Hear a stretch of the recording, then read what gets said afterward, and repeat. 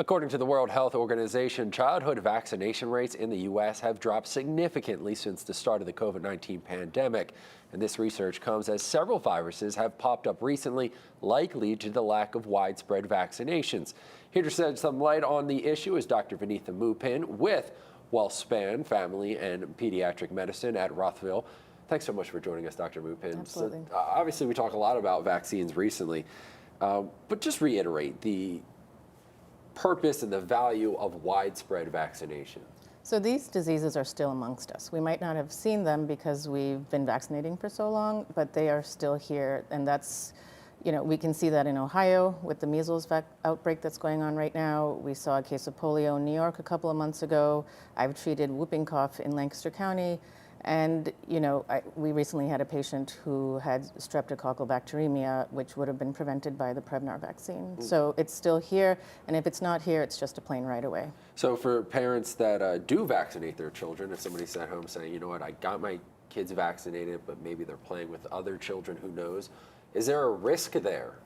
There is. So I like to think of vaccinated people as like a force field. And so the more you have, that stronger that field is. And so those people are also, they're protecting themselves and also vulnerable people in society. So babies who are too young to get vaccinated, immunocompromised people. And when you have holes in that force field, that's when the viruses and bacteria can get in. And then you can see outbreaks of disease that we haven't seen in many, many years now. Yeah, so it's not just about protecting yourself, obviously it's about protecting others The community around you. Exactly. When you talk about vaccines, a lot of people think the COVID-19 vaccine, which is new, but the vaccinations that we're talking about, these have been around for years and decades. Yes, so we've been giving these vaccines since the 1950s. We had eradicated measles in the year 2000, but now here we are in the middle of an outbreak in Ohio where we had 13, 14 children admitted a couple weeks ago, and they're next door to us, and so that's a real concern. Yeah, obviously when it comes to these types of issues, parents, education is key. You understand why you want to ask questions. So if parents have questions, maybe they want to educate themselves more, to learn more about them, and hopefully decide to get the vaccines. Where can they get information from? So there are websites like the American Academy of Pediatrics or the Center for Disease Control or immunize.org. But the most important conversation is with your child's pediatrician or family practice doctor. I mean, those conversations are priceless, and that's where you're going to make your decision.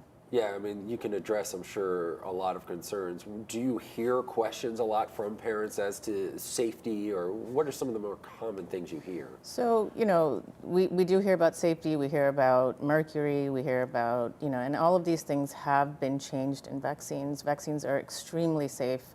We've made them safer over the years, and it's much better to be vaccinated than to come down with these diseases, because that can be life-threatening. Yeah, we're talking a little bit about a lot of the information's out on the internet, but you said ask the professional, ask somebody like yourself who has spent years in school studying these. If you wanted a real answer, go to the person you trust, your pediatrician. Exactly, because we've dedicated our lives for children's health, and that's our main focus. Dr. Moopen, thank you so much for spending the time with us this morning. Absolutely. Look, if your child needs to be seen by a doctor at WellSpan, we have information on how to make an appointment on our website, fox43.com. Thank you again for coming in to see us.